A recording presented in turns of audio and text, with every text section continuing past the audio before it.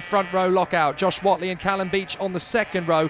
Row 3 in 5th position, the championship leader, Casey O'Gorman. Don't expect fireworks from him today. He's racing with a fractured shoulder, and off the start already he's lost a ton of places. He's only racing this weekend to keep his championship lead alive, basically. He wants to score points at its open season then for the rest of the riders out there. Look at the lead here for Oscar Pinson. His brother's lost a place. He's down to 3rd, but Oscar from pole has got a cracking break at the start. Corey Stainer second in the televised race at Wilton Mill round 4 on the 134 machine. He's back through with a brilliant move there, Elliot Pinson, to get himself back in a second position off the acceleration from Christmas Corner. He stormed round the outside, and now it's Pinson 1-2 once again.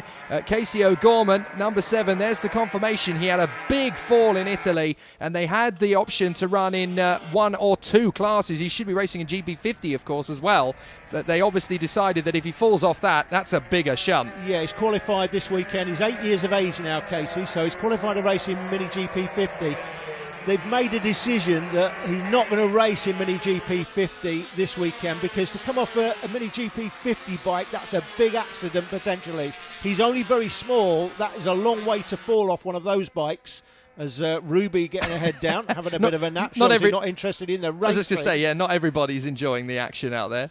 So Casey not racing in Mini GP50, because if he came off that bike it could seriously damage his shoulder even more, and he could be out even longer. Jay Abel there 3rd ahead of Josh Watley in 4th place. Watley would have hoped to be out front here. He's got O'Gorman still there in 6th, so although we're not seeing the pace from Casey that we normally see in the drive, but you can understand that he's racing in pain. But he's just basically on the track to try and maintain his championship challenge. And it's a great performance so far. Watley there in 4th place. He'd be hoping to make hay while the sun shines. I said 4th, make that 3rd as they go through the toe of the boot. Josh Watley now up to 3rd place and drops Jay Abel back 1. Casey O'Gorman still there in 6th. Watley looking to try and get the championship lead back off Casey O'Gorman this weekend. He'll know it's a great opportunity, but he won't like that gap.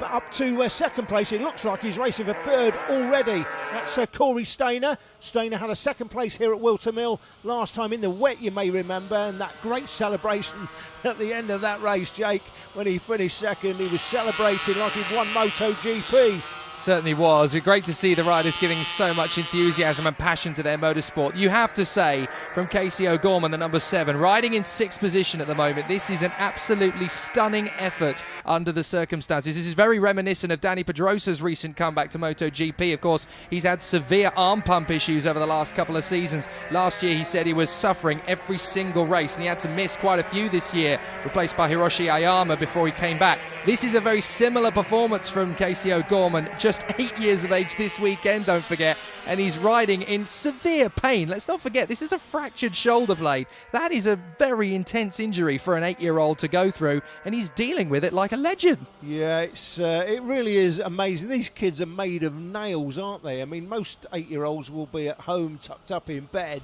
Not Casey O'Gorman. He is made from iron girders, I think, as a lot of these kids are. They just race in pain.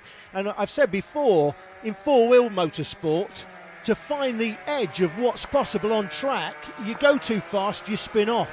In 2-wheel motorsport, the thing with these kids is they have to fall off from time to time to find where the edge is.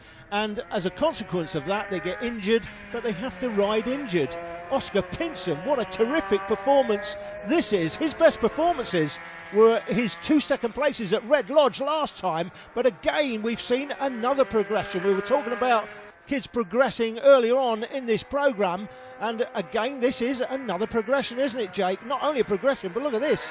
What a comfortable victory this is for Oscar Pinson. This will be his first win at the Fab Racing British Championships, and he is going to be delighted about that. His brother Elliot's in 2nd place here. He's a lot older than Oscar, but to be fair, Elliot does carry a lot more weight. He's a lot older, therefore he does have a disadvantage where power to weight ratio is concerned. So I think Elliot will be absolutely over the moon for his younger brother. I guess that's the case anyway.